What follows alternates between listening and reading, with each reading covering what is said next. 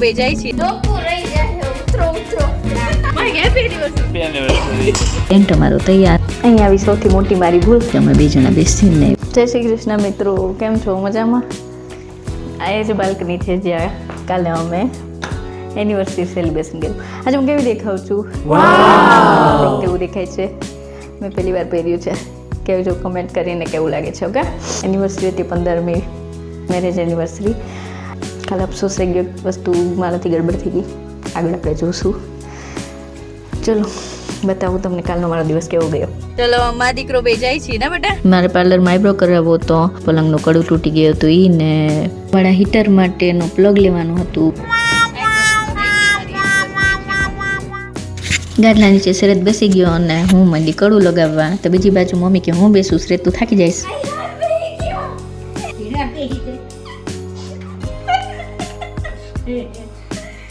ડોકુ રહી જાય ઉતરો હું બેઠી જો શરત ન દઈ આવે દીકરાને આવે ને તો યાર લાવી દઈ અત્યારે કે મોટો થઈને આવશે પાક બનાવ્યો. બસ એ બધું કામ કરીને ઊભો પડી રસોઈ કરવા માંડી.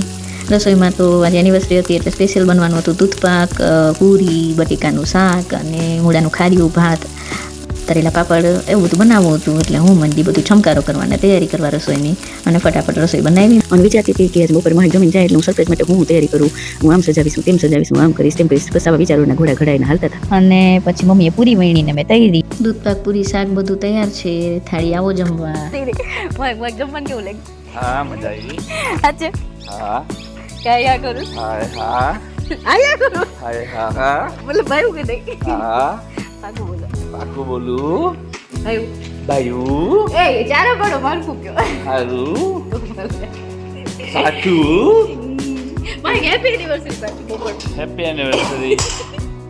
બસ આવી રીતે થોડીક મીઠી નોકઝોક કરતાં કરતાં મહેક દુકાને વયા ગયા અને એની જવાની તો હું રાહ જ જોતી હતી. એટલે એની દુકાને ગયા એટલે અમે મા દીકરાનો પાવર પ્લે ચાલુ થઈ ગયો કે ચલો આપણે હવે બાલ્કનીમાં બધી તૈયારી કરીએ.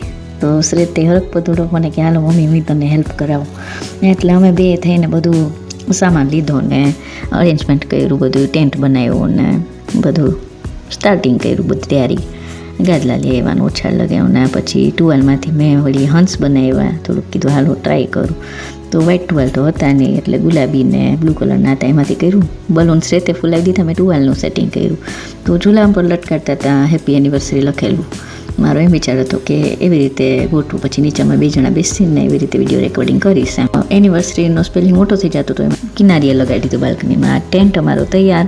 મારો આણાનો ઓછાળ છે, એમાં પાયથરો છે. એ મારા હંસલા કેવા દેખાય છે કે જો એનિવર્સરીના બલૂન આવી રીતે ગોઠવા પછી જ્યાં ફૂલ લગાવેલા છે ત્યાં અમે કપલ ડાન્સ કર્યો હતો.